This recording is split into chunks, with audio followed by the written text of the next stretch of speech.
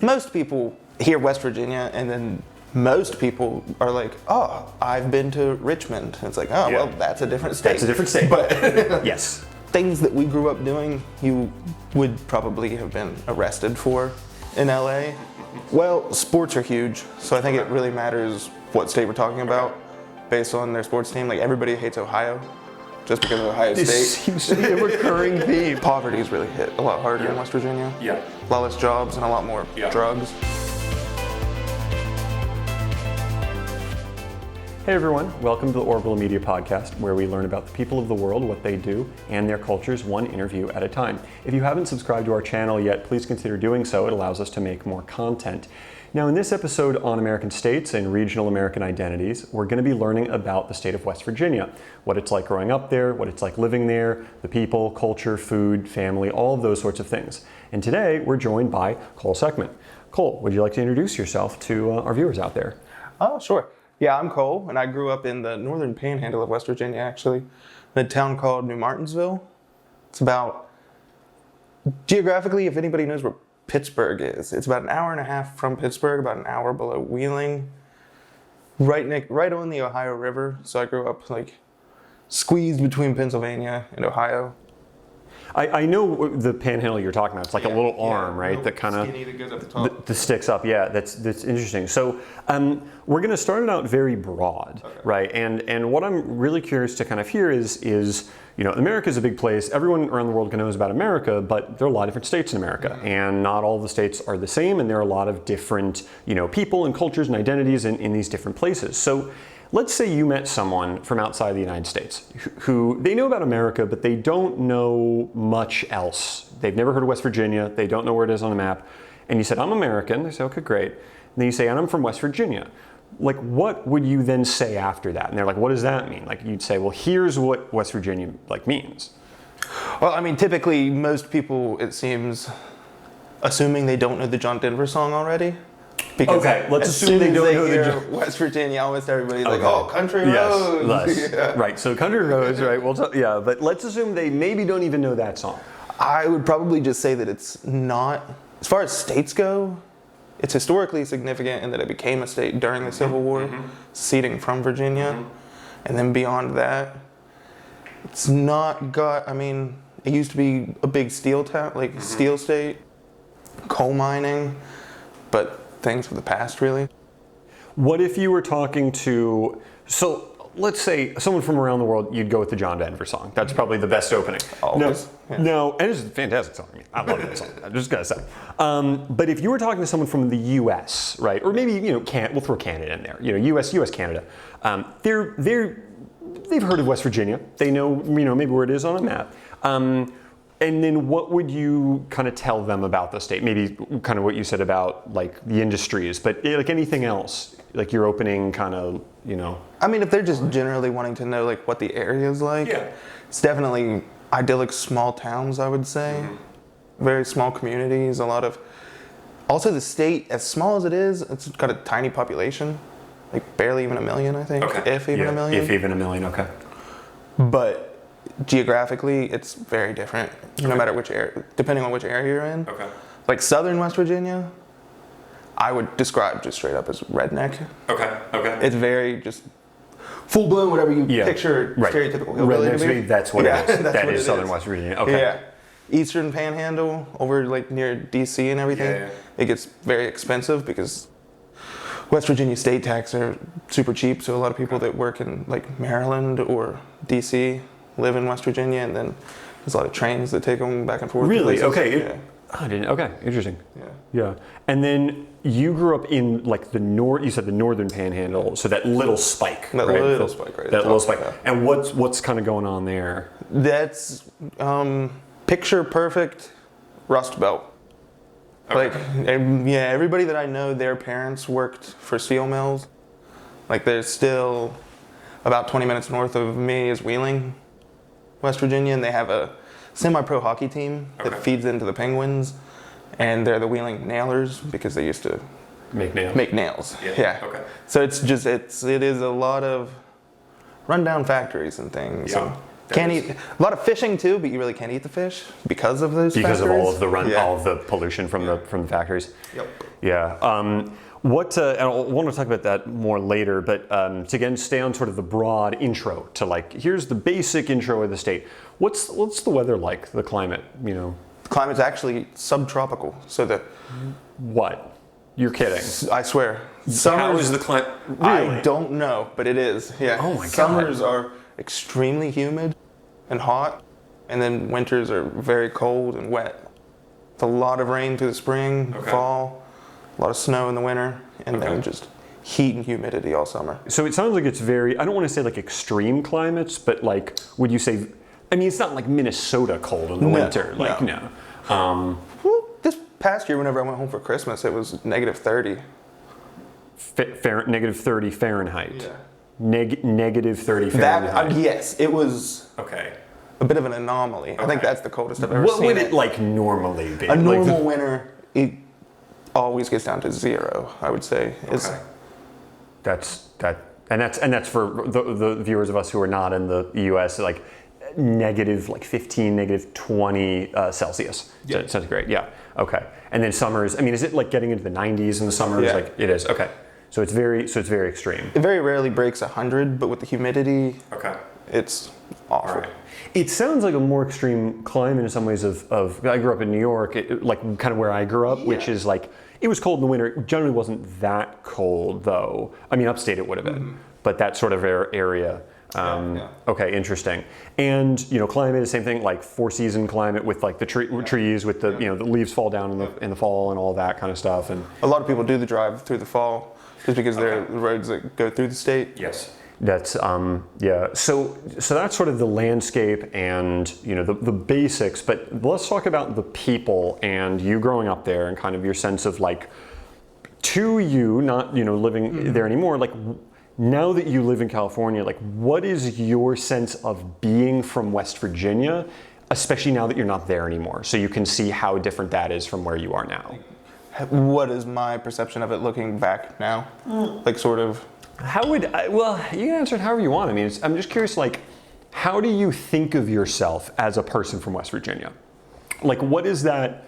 Like, what is that? Is there like a state kind of character almost in a way, or like a sense of like, the thing about me and other people I knew was we could be described in a like this way and this way and this way that was different than Americans or Canadians in like other parts, other states, you know?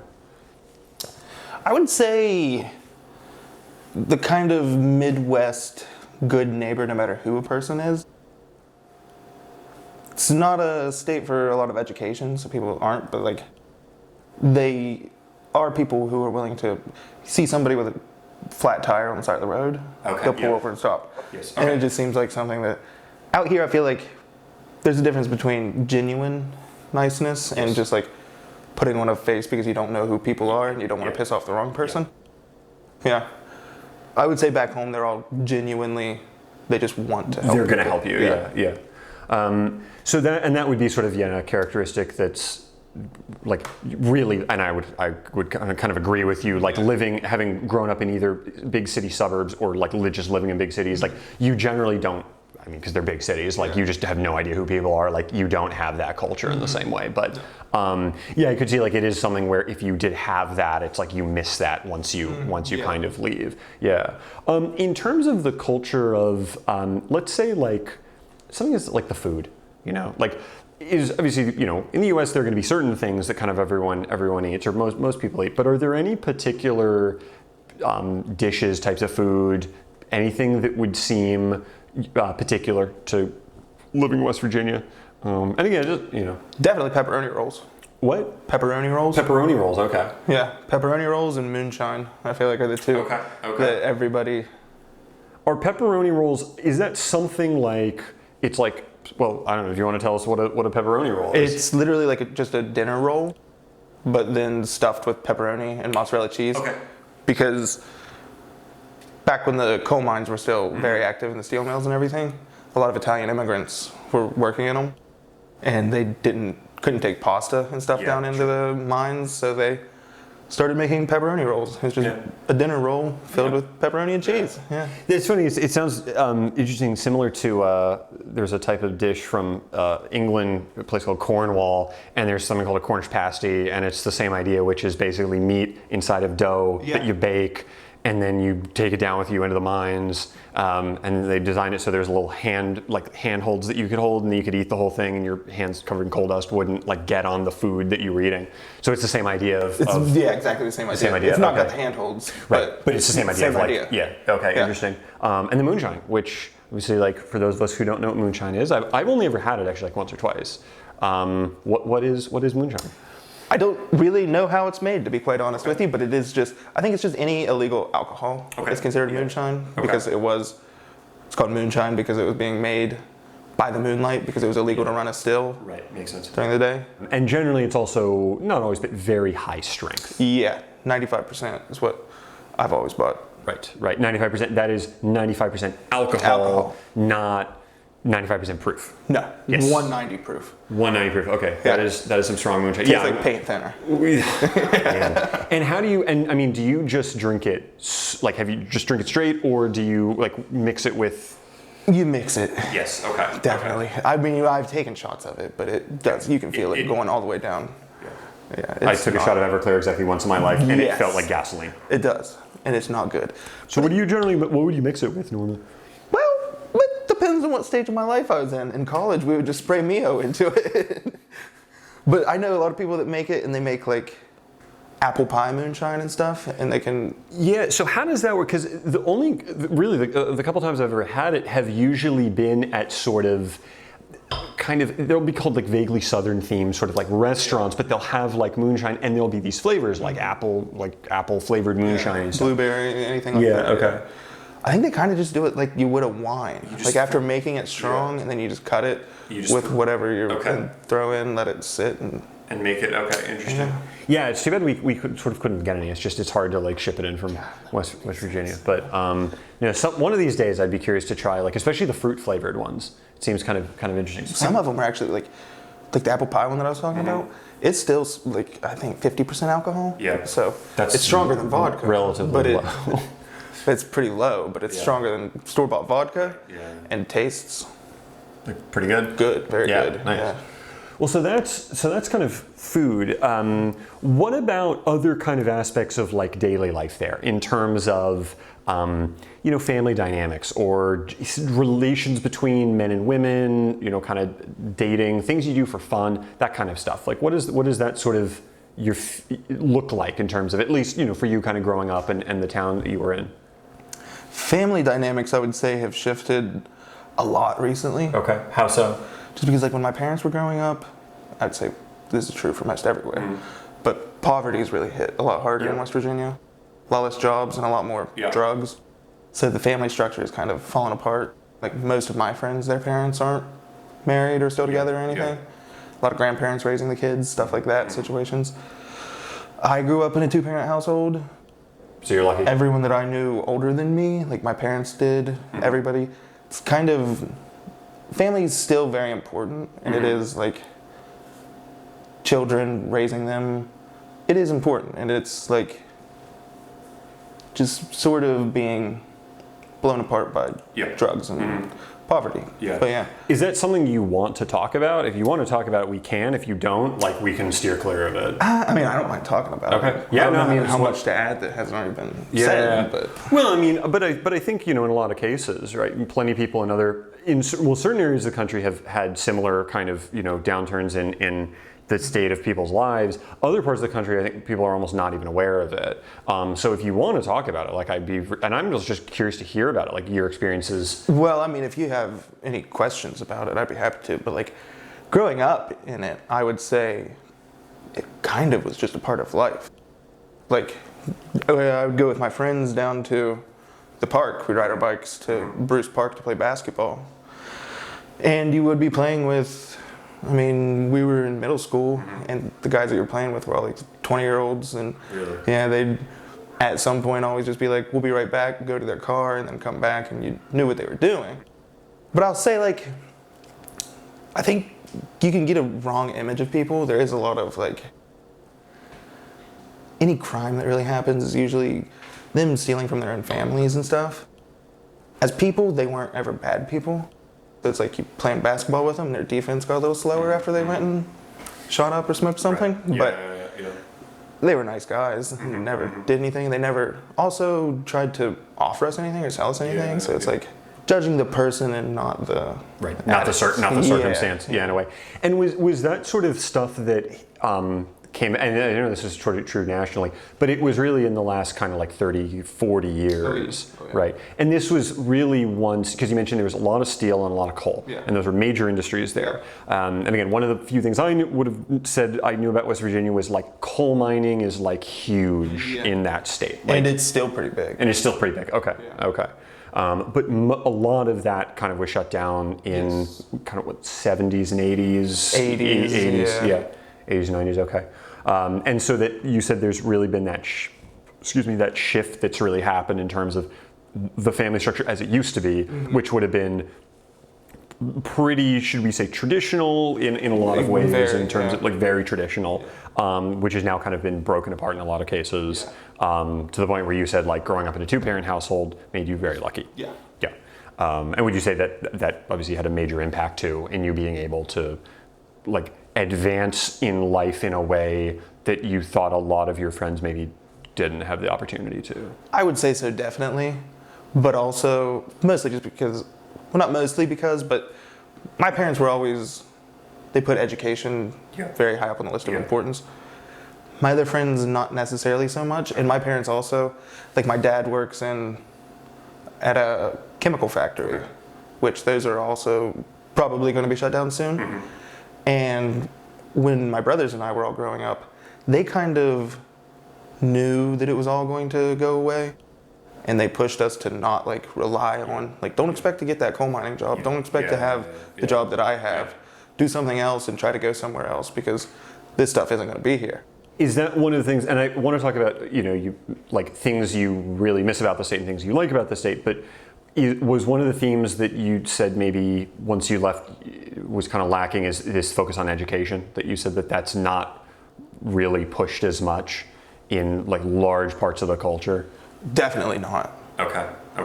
Because I taught high school for a year too. And just talking to all those kids and hearing what they're being told. And it's like, to them, school doesn't matter at all. Because right now, another thing that is in the area that I grew up in, at least, oil drilling's really big. But those are short-term jobs too, where like you might work for a couple months on an oil rig, but then once it's set up and done, you might have to move across the country to get another job. And I don't think these kids realize that, but they see that you can make $120,000 at 18 years old immediately.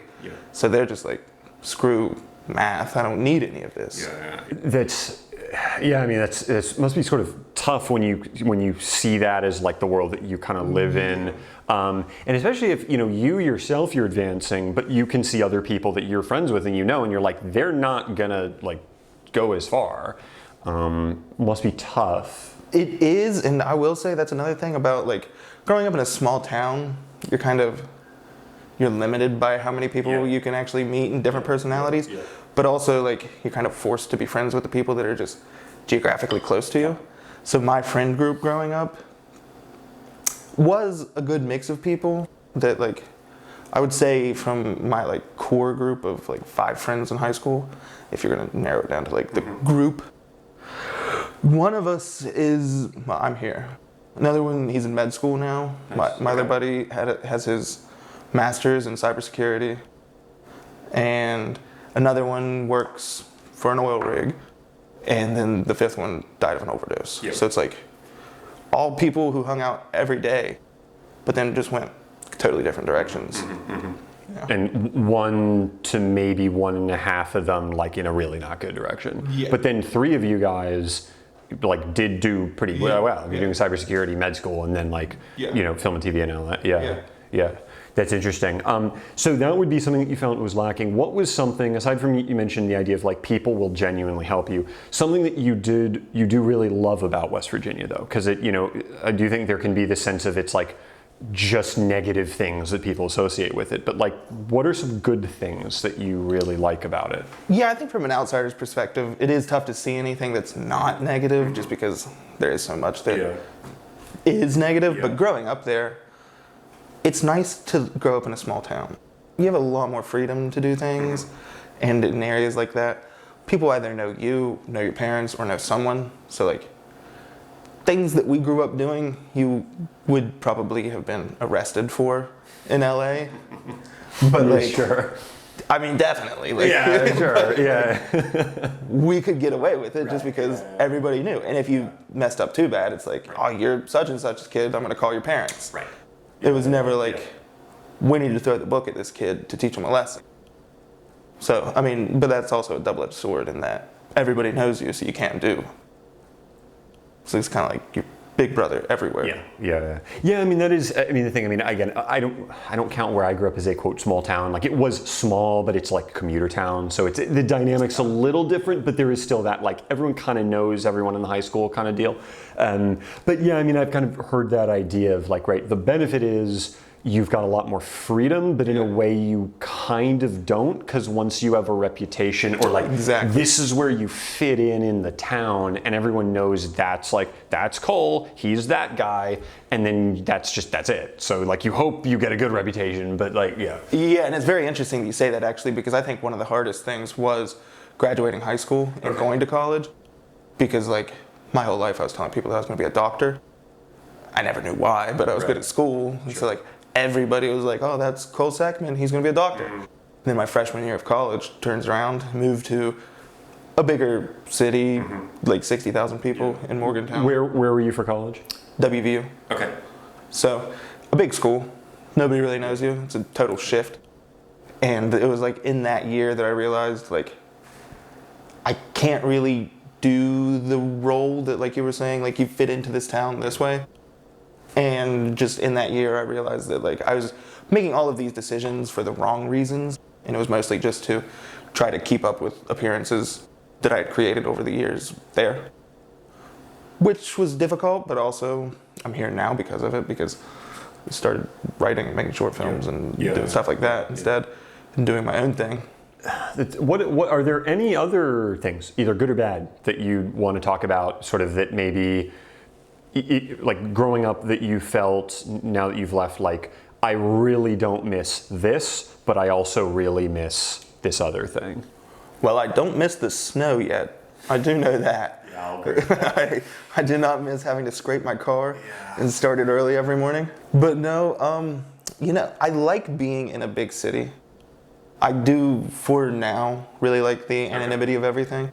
And like, I can go to the store and not really worry about what I look like, or like, no worry of doing something that's like going to get back to people, or like anybody sees me, and it's like, I mean, nothing egregious, but you know, just you could kind of walk around and just be like, I'll never see any of these people ever again. And that's kind of a nice feeling. Yeah, there's not that sense of like, oh geez, I'm wearing like the stupid shirt, and like, oh, it's the three like popular girls from high school. Exactly. I'm like, oh, shoot, like, oh no. That doesn't happen. Yeah, you're just like, whatever, like, I don't care. Yeah, it's interesting.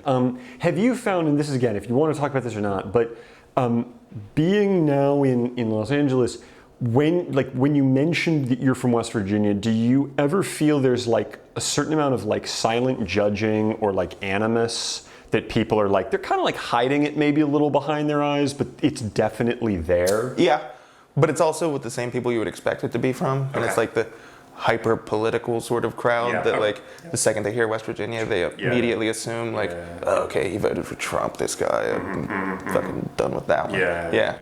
But also, I suppose it's a good weeding out thing, because I don't really want to talk to those people now. I hear you there. I don't want to talk to them. I mean, I think anyone, you know, and that's also, you know, partly why I'm curious. I just want to start chatting to people and starting a channel. Is, you know, I think we don't have enough kind of either one-on-one or group discussions that go beyond just, I voted for Team Red or I voted for Team Blue. Okay, well, you're a terrible person and I hope you die. You know, like, and it is too bad, I think, that seems to be the way things are, but I don't think they have to be that way. And I will say, it's not very many people like that. Most people hear West Virginia and then most people are like, oh, I've been to Richmond. And it's like, oh, well, that's a different state. That's a different state. But yes. glad to know you know which coast it's on. You at least know it's not, like you got their continent right. Yeah. Yeah. But because it's interesting for me because, obviously as you mentioned, like because of population, like you're the first person I've ever met from West Virginia. I've never met another person from that state. I mean, there are other states I've never met anyone from, but I think if I went through my list, there'd be a lot of states that would be very overrepresented, and not just like California and Texas and New York. Like there'd be plenty of other states, but West Virginia, not so much because it's a smaller state. And a lot of people don't go out. They don't leave, right? Because education isn't really pushed a whole lot. Yep. So like they learn the trades and stay right there. But also it's funny that you say that. When I was at UCLA, it was really cool because they had like a map with all the numbers of where students came from, and West Virginia just had a little 1 on it. I was like, okay. I was like, I think I know who that is. Interesting. It's funny. The other thing I'm kind of curious about actually is, and this is, growing up in the Northeast and getting, I'd like to think a general sense of like American regions and culture and geography. West Virginia's in this really specific zone where like I don't know what region to count it as because it's not really the Northeast, but it's not really the South, but it's not really the Midwest. So how do you, and would you say other people there, like how would you see yourselves as like we're from this, like if you had to go by region, I suppose if I really wanted to get specific, I would just say Appalachia. Yeah, okay, that's fair. But to most people, whenever they ask, like, oh, is that Midwest? And I'm just like, yeah, it's more like geographically and dialectically, we're just kind of mutts. Because, like, the Pennsylvania Quakers and Ohio is really where the Midwest starts. And I don't want to be associated with the South. Right, you're like... definitely not a northern state. We're just our own thing. Yeah. Like, but I think Appalachia maybe would be the best way to say it. Is culturally we're Appalachia. Yeah. That's another one. Actually, I'm really curious about with sort of state history. So, one of the things I know about West Virginia, as and I'll mention the viewers, unless you'd like to tell them about state history and the big event that happened in 1863. Oh no, go ahead. Okay. So obviously Virginia used to be quite a large state that included all the territory that is West Virginia.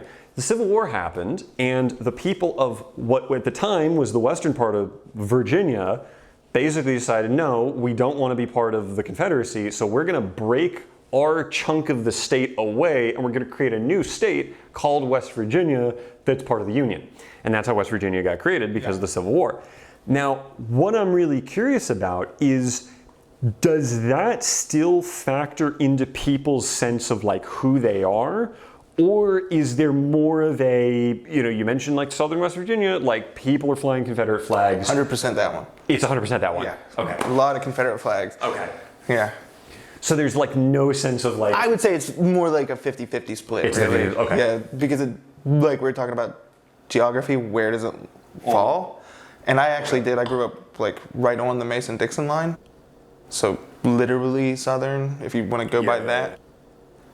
And I would say probably 50% of the people there are rebel flag waving, like Southern pride type, ironically enough. Yeah, I was going to say. The other 50% are like, do any of you even know our history? And like, if you look at the local news, the comments section of any like Facebook post or anything, it's always like just people going back and forth. This really split kind of like, okay, so half the people are like, Southern pride, and half the people are like, we fought a war for this. Like, what the hell? Yeah, what the hell? Okay, because I wasn't sure about that, and I like my gut feeling was like, I feel like people there are going to be all like pro Southern pride, but about half the state is like. I would say about half. No, okay. All right, that's interesting. And the further south you go, the definitely more flags waving. Yeah. In terms of the state, I mean, I know what it looks like. It's a very unique shaped state. It's got like an arm on it and a spike, and it's kind of like an oval thing. Like the cities are located, and we'll pull up a map, but like most of the population are based around like which kind of cities and like what parts of the state. Most of the population is on the river. Okay. So like the Ohio River runs the western part of the West Virginia. Okay. And you've got Wheeling, Moundsville, New Martinsville, where I grew up. Okay. And going down through as far as big cities go, there's Parkersburg, then down to the state capitals, also on the river. Charleston, Huntington, where Marshall University is, also on that river. So like that band leading up into like Weirton's up here, and then Pittsburgh's like 10 minutes away from Weirton. So I think that's something I kind of didn't really think about, how close you are to Pittsburgh actually, and that's very much like like Western PA actually. It overlaps more with the northern part of West Virginia, not so much. Okay, interesting. And then in terms of, I'm just kind of going through questions here. What about language? Like, I don't know if there's like it's a weird question, but like an accent or like terms of phrase or like slang that once you left you realize like, oh, nobody says this term like, in California versus back home. I mean, there are some words that I feel like I only hear back home, but I don't really know of any phrases, but things just like over yonder. Yeah, but like what would be like a word or like words or something that people would use? West Virginia's got a lot of hills. People are always talking about the hollers. The hollers. Yeah. Tell people what the hollers are. It's just a valley, like a small valley between the hills where usually like a small community is. So it's like they live in this or that holler. Means there are probably like 10 or 12 houses down in like the basin. So it's just like the that's what a divot. A little divot between two hills. Yeah. And then you mentioned over yonder too is another one that people are going to say. Like there. Yeah, over there. Yeah, no, up yonder, down Yeah. yonder. Going back to the geography and kind of where the state is. So you got Pennsylvania, you got Virginia, you've got Ohio. And then Tennessee, does Tennessee butt it up a little bit? But those three are the big ones, right? Ohio, Pennsylvania, Kentucky. Kentucky, of course. Yeah. And Maryland on the East Coast. Right. There's a little bit that just Maryland's tiny. But what are like the general, it was a bit of a stereotype, right? But like sense of like other states. Like how do you see yourself in your neighborhood of states? Well, sports are huge, so I think it really matters what state we're talking about. Based on their sports team, like everybody hates Ohio, just because of Ohio State. It seems to be a recurring theme. I was talking to someone else, and they're like, she's from Michigan, and she's like, we all hate Ohio. And then like, most people are Steelers fans, so like Pennsylvania is fine. That's good, but then also if you're talking college football, it gets different. But it's really, I would say Ohio is the one that people is the big nemesis. Like we don't like Ohio. Yeah, and then once you're in the southern part of the state, it's Kentucky. Okay. And that might be like a Hatfields McCoys type thing spilled over where like down there those two just still kind of they just don't like both sides. Yeah. And then what about Virginia? I mean, is it like, do people just like not even really talk about it, or it's just like, it's someplace? Virginia is Virginia Beach. I don't think anybody does anything there except vacation. Yeah, it's interesting how like there's always like one state that everyone doesn't like, one state that you're like, that one's fine, and then a couple of states where we're just like, oh right, they exist. Like we don't really care. Yeah, it's interesting stuff. In terms of this was, so I'm talking to a couple other people about states and like this idea of cultural changes that have happened or like things that you've noticed. I mean, you mentioned unfortunately the really depressing breakdown of the family as something that you've noticed, but and this maybe get to other depressing themes of tough economic times, but like in your lifetime, or at least in your lifetime plus maybe like the generation like before you. Like, have there been a sense of like how things have changed in West Virginia? Changed in what way? Like, I don't know, just the populations of people living here, which is actually another thing is like, what are demographics of like kind of who lives there? Well, demographically, I can't say that. I don't know what it was prior to me, but I know my generation. There's a big problem in West Virginia right now because young people that are educated leave. They just leave. Almost 100% of get an in-state to education, then go somewhere else to work. Because there are no jobs, so like you can't blame them. Yeah. But then also, there are no young people. West Virginia is the #1 state to retire in, but ranking by like the U.S. report, whatever. But as far as shifts, I would say that the only shift that I really noticed is people became much more pseudo-political around the time like Trump came into office. But like I think it's a national thing. Yeah. So I like that term actually, pseudo-political, like which kind of describes it. Because they don't know what they're talking about, right? There's like, oh, I heard that thing was bad. Like, Yeah, it's like that's a truth now, and you're like, yeah. No, I like that term. But that idea actually of all the young people are leaving, or all the young people who have the means to leave are leaving. Yeah. So like the pyramid must be one of those inverted things where you got like all these older people and middle-aged people, and then the base is just like this smaller and smaller little thing. And a lot of older people. The only people moving to the state are retired. Retirees. Because like they're very low taxes and housing's super cheap. So you can get land and that way.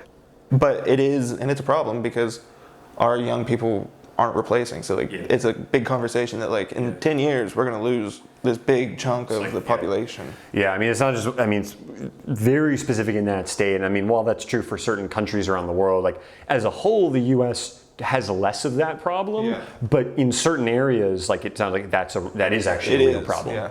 Yeah. I mean, I think we're gonna see in the next couple decades like what that looks like because we've mostly not ever been there except for Japan's the big country that's had that for a few decades now, and they're like kind of making it work. But are there? I guess this gets into local politics, but anything that. I don't know, like the governments, I don't know if you stay up with local politics on like what they're talking about, like, well, what do we do about that?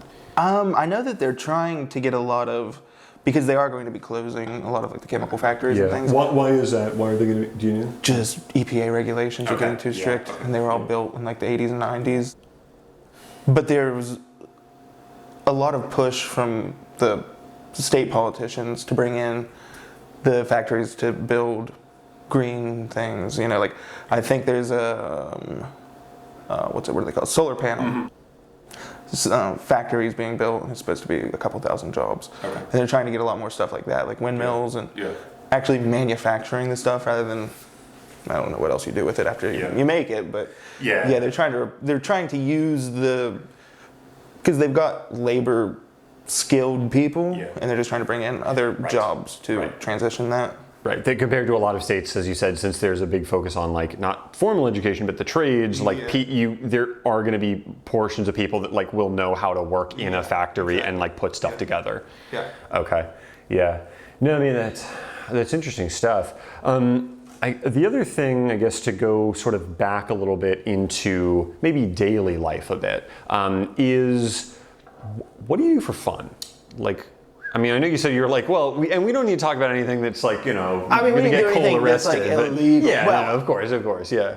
But is it a lot of like, it's gonna sound weird, but like adventuring through the woods with a group of people, building tree forts, stuff like that. It's kind of cool, actually. A lot of just shooting guns, like just.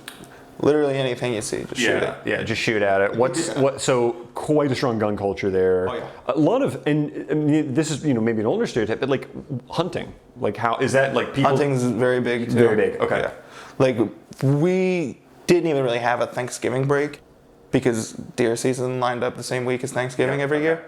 So like school. Our 1 week break was just called deer season. Deer season, okay. And everybody got it off. Nice, okay. Did you ever? I did, yeah. Nice. Any Nothing highlights? Worthwhile, really. Okay. I got a 6 point once. That's the biggest I've ever killed. I was never the biggest hunter myself. My brother was. I don't know much about the deer scale with the points where they're like, I got what's this point and what's the point? I would consider anything above an 8 point to be decent. Because that's like 8 times and it looks good. 6 is still a pretty small young buck. So hunting and obviously, I've certainly had venison and all that stuff, and it's like game meat is quite tasty to eat. I quite enjoy it. A lot of people think it's a little too strong. But is that? And I guess to go back to like food, but is there anything particular in like how you prepare that, or just like venison stew or something that's just like a popular? I would say the most popular thing is deer jerky. Everyone makes their own jerky. So like around Christmas time, people will just come up to you as like a sandwich baggie full of meat and be like, I made this. This is my own special recipe. It's like, here's some free jerky. Everybody's just giving it out. And it mostly tastes pretty good. I've never had deer jerky. I really like jerky. I think it's really tasty. I'd be curious to try it someday, but I'm sure it's tough to. I don't know if they're like mass produced like deer jerky factories. Probably not. I don't know if anybody farms deer for it to be, but I'm not aware there are deer farms. I think there must be somewhere, but because you see venison occasionally on the menu, but like it's not. it's not some sort of like industrial type meat. No. It is good though, and it all tastes different because everybody does something. Right, they do something different to it. Yeah. In terms of state history, I guess a little bit. Like we talked about the Civil War, and that was this major event that happened that put West Virginia on the map. Is there anything else though about the history of the state or settlement that either you kind of know about and you think is maybe interesting? As like a lot of people wouldn't know about this or something. Whether it's like older stuff or more like recent contemporary. When I took West Virginia history in 8th grade, basically the whole class was about the Civil War and John Brown. Okay. So mostly John Brown. How does he factor into the story? Oh, we should explain who John Brown is. He's an abolitionist. Okay. Who I think maybe you could argue the morals for why he was doing what he was doing. He was doing good, but also I would probably call him an anti-hero because he seemed to very much enjoy what he was doing. Like killing people. Yeah. So we were taught him basically as he was like a superhero from West Virginia. Okay, interesting. So he was from West Virginia. So John Brown was from West Virginia. I actually don't know if he was from West Virginia, but it all happened Martins Ferry. It all happened in West Virginia. Okay, interesting. And so... Well, actually, he definitely wouldn't have been from West Virginia because it wasn't even a state when he was born. Of course. I mean, somewhere around it. Yeah, well, semantics. That's somewhere around that area that is now West Virginia, exactly. So it's a big focus on the Civil War, and that's why he broke away, and that's why we're independent, or not independent, but we're independent from Virginia. Mm-hmm. Yeah. And I suppose a lot of Native American stuff. Like the town right above mine, Moundsville, they have the largest Indian burial mound. It looks like a big dome. You can go visit it. You just walk around and stuff. Yeah, okay, interesting. Yeah, because I heard those were around, they existed, but it's not something people really kind of see very much. Something we took a field trip to it. Other than that, I don't know of anybody that's ever let's go check out the mound. And I don't think it's really much of a tourist thing. What would be sort of a thing that everybody knows you're not really supposed to do, and maybe something that everyone sees as a good thing to do, a good kind of behavior? And I don't mean things that are obviously bad and things that are obviously good, but something that might be very different in another place, that if you did that thing in West Virginia, people would be like, what's wrong with you? You can't be doing this. But other places, people they wouldn't care. I mean, the first thing that comes to mind, I would say, is kind of just outside of the towns, you have to really watch whose land you're on. Because people are extremely protective of it for almost no reason, I would say. But because I don't know of any... they're no cattle rustlers or anything. Yeah, right. Yes. But they treat it like there are, and and you will hear about people getting shot, and trespassing on trespassing on property. And it's I don't know if that happens all over the place, but probably, they treat it. Yeah. That's really the only thing that I can think of that's that is specific. I figure in areas where people have lots of private land, you don't want to walk on it, but. That idea of people just shoot at you on sight. Oh yeah, it was actually, I forget what town it was in southern West Virginia though, but it was, West Virginians also hate the government. It was a thing that just unanimously up until Trump very recently. Yeah. It used to be very we just want to be left alone. Small town, we don't want big government. I forget what town it was in southern West Virginia.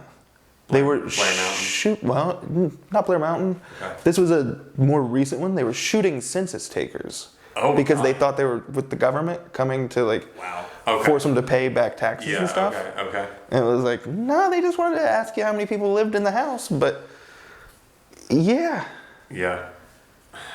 low education and sort of growing up and dying in a 5-mile radius.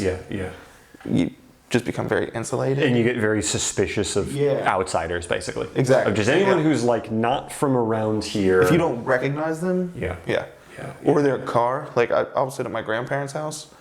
My grandparents live out in what you'd call the country. They live on a farm. And my Grammy's pastime kind of is to just sit in a chair in her kitchen, and every car that goes by, she'll just be she'll either say, that's this or that person, or who's that going that way? I don't know that car. It's like, Grammy, you don't need to know everybody that's using the road. But it's like people are allowed to use the road, but that's very interesting. I mean, I've had, I think, very little of that in my own life, almost none of it. And like the one or two times it's ever happened, it's sort of stuck out to me when I've encountered this idea of like, and not even in like a, sort of like whatever, ethnic group you're in or something, or religion, but just a purely human, like localized thing. Yes. Like, we are the people that live in this town, and if you don't live in our town, like, who are you? Why are you here? And that's actually interesting that you brought up like purely local, and it really is just more like, if you're a part of the town, you're a part of the town. Like, I grew up with a black female pastor. I don't know that anything, but like everybody out here always asks me how racist is it back home. West Virginia. It's like, well, no, they kind of just hate everybody that they don't know. So it's a really interesting thing actually, because I was kind of curious about that. There were a couple guys I did a short film with a few years ago, and they did a project in West Virginia. I didn't ask them much about it, but they said something vaguely similar actually, that it's like, it's not so much about like, oh, is there racism or not? It's that it's just unbelievably localized, and like, if you're in our town, we don't care who you are, you're in our town. And if you're not in our town, like, we don't, like, why are you why are you here, like, why are you driving this car, like, what do you want, like, exactly.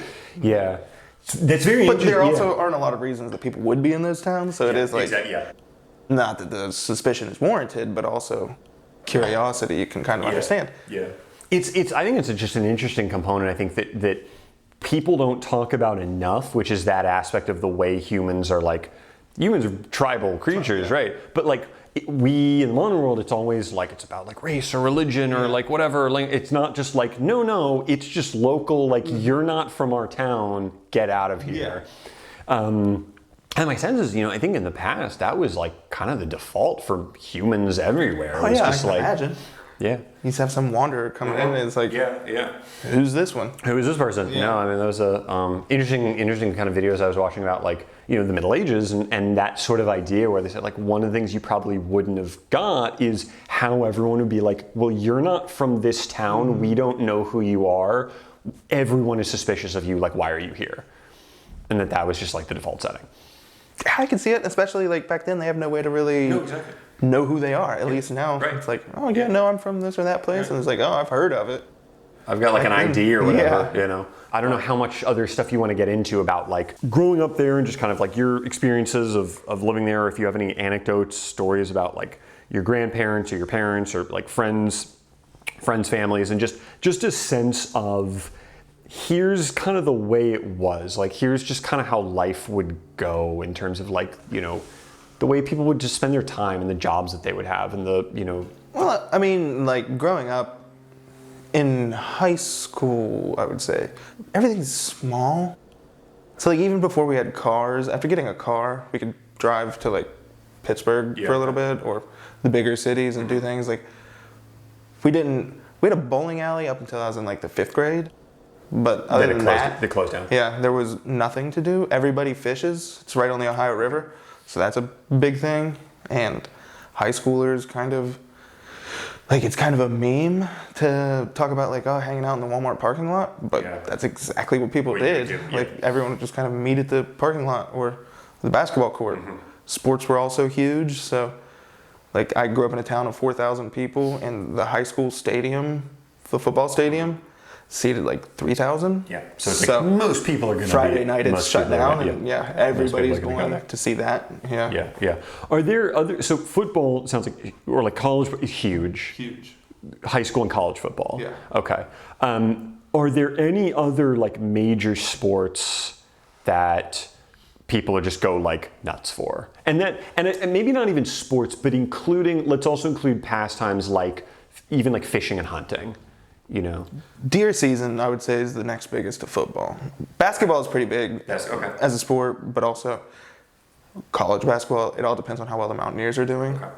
They haven't been good for the past couple years, and it just hasn't really been much to talk about. But like, they made it to the Final Four once when I was in middle school, and that was a huge deal. But deer season everything changes around deer season. So what happens during deer season? A lot of people travel in, so like it's from out of state or tourism. even just okay. Yeah. So like all the restaurants and things will have like signs that say like "Welcome hunters" and like try here, like "Welcome to New Martinsville."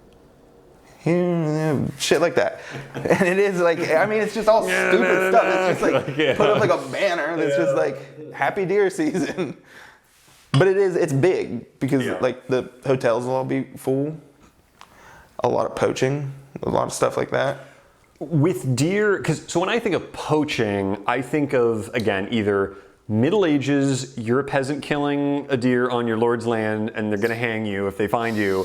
Or I think of kind of like, bad guys killing like the endangered rhinos, Yeah. But deer, like a very common animal in the U.S., it's not some endangered species. Like what would poaching deer, what is that, what would that be? Mostly it's just for pride.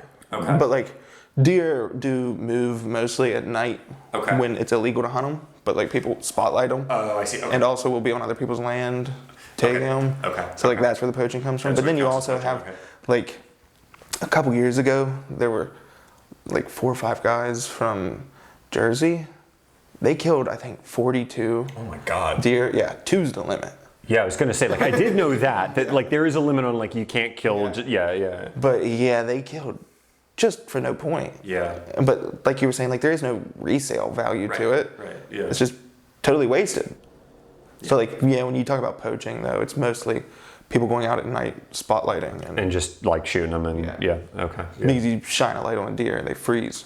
Deer in the headlights. Yeah. Right. Deer in the headlights. Yeah. Okay. Yeah.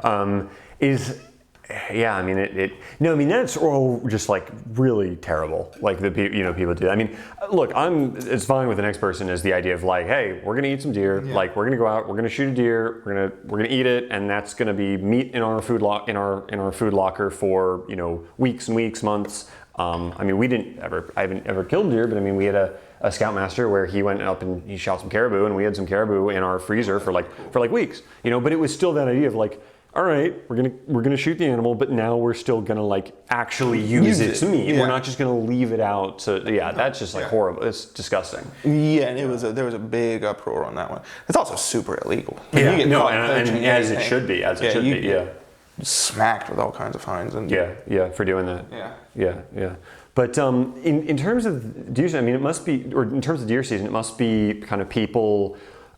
Do you like pick like plots, or how does it work in terms of like the land and like where do people go? Because you gotta have space if you're going to be shooting and using guns. High-powered rifles, so like it goes it goes far. But there is public land, so you can you just get a deer tag, and then just pay to be on the public land.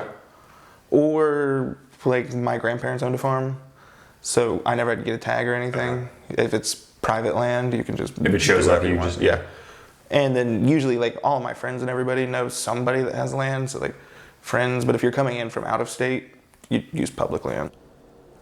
Do people use bows and arrows at all? Yeah. Nice. There's a different season for bow and arrow though. When's bow season versus gun season? Bow season actually might be right around now. It's usually in the springtime. Okay. And then guns is fall. Rifles fall. Rifles fall. Okay. And is there like a reason? Like, it has to do with? I don't know. Yeah. I think it's just because of the foliage. In the fall, everything's falling down, so it's a little easier to kind of rifle goes through. Yeah. Okay. Yeah. That's very interesting stuff. And then, I mean, to do it, did you ever like sit in a blind or anything like that, or? We had shanties. What are those? Just a little shack set up, probably about as wide as this table, about as big as this table actually, just big enough for like a bench. And then had like a blind over the front of it. And then, you just kind of hang out there. Yep. Yeah. I mean, I heard from some people who had done it. I mean, you'd start at like 5 o'clock in the morning. Oh yeah, wake up like 3 or 4, and then be on the hill before sunrise. Yep. Because that's right when the deer are actually going back to sleep, so you're catching them moving back from eating a lot of the time. Got it. Okay. So they're moving around and they're most active at night, and then they're sort of going back to sleep during the day. So right at sunrise is kind of when you catch them moving. Okay. Yep. Interesting. That's very interesting. Yeah, kind of what else? If there's anything other stuff again that you just kind of want to talk about, I think I've hit most of my questions. Well, on the topic of bringing in young people again, yeah, I know the state did. I think it was just last April, made like a filming new act thing. Oh, interesting. It's got like a 35% rebate. Oh, they're doing a state tax credit. Yeah, they're trying to bring people in for that. Yeah. So I mean, which it is a very pretty state, I would say, geographically. So it would look nice to film in, but. Yeah, right now it's very new, but I think that would help a lot. Yeah, I mean, the tax credits, it does seem they always generally work when they happen. Yeah. It's just like convincing certain people in the legislature to say, like, look, it took years to get, and they finally did pass it. Yeah, like a year ago. Yeah, the key for that is, I mean, ideally, if you're close to Pittsburgh, then you have people base out there, and they kind of go down, and they would, maybe shoot in West Virginia, because you do need the infrastructure to allow people to like be able to base and get stuff done. But Pittsburgh, I mean, is pretty good for that stuff. Yeah, Pittsburgh's actually great for it. Yeah. There's, I mean, I've never been to Pittsburgh. I mean, at some point I'd like to go, but I know, there's a lot of sound stages there now. Yeah. Well, yeah. I mean, do you have any other final kind of closing comments? I mean, this has been really interesting. I've liked learning about a state I didn't know as much about. Before we kind of wrap up. No, I think that's pretty much all I've got for it. Yeah. Do you have any like social media handles, channels, blogs, projects that you'd like to, kind of tell people about? Where can we find you? Doing plugs? No, I don't. I have Facebook. Okay. I don't have any other social media. Okay. All right. Well, if we want to add you on Facebook, like random friend requests start flying in for Cole Seckman.